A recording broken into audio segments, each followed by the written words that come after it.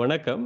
நம்ம இன்னைக்கு ஒரு இடம் வந்துட்டு வடக்கு மணக்குடி. இதில வந்துட்டு ஒரு 10 சென்ட் மெயின் ரோட் சைட்ல உள்ள இடத்த தான் பார்க்குறோம். இது கிழக்க பார்த்தது. உங்களுக்கு வந்துட்டு அவங்க கேட்குற பிரைஸ் வந்துட்டு 7.25 லேக்ஸு 7,15 லட்சம் சென்ட் கேட்குறாங்க. இது வந்து பக்கத்தில இந்த லேண்டுக்கு பேக் சைட்ல பார்த்தீங்கன்னா, ஒரு ஸ்கூல் இருக்கு.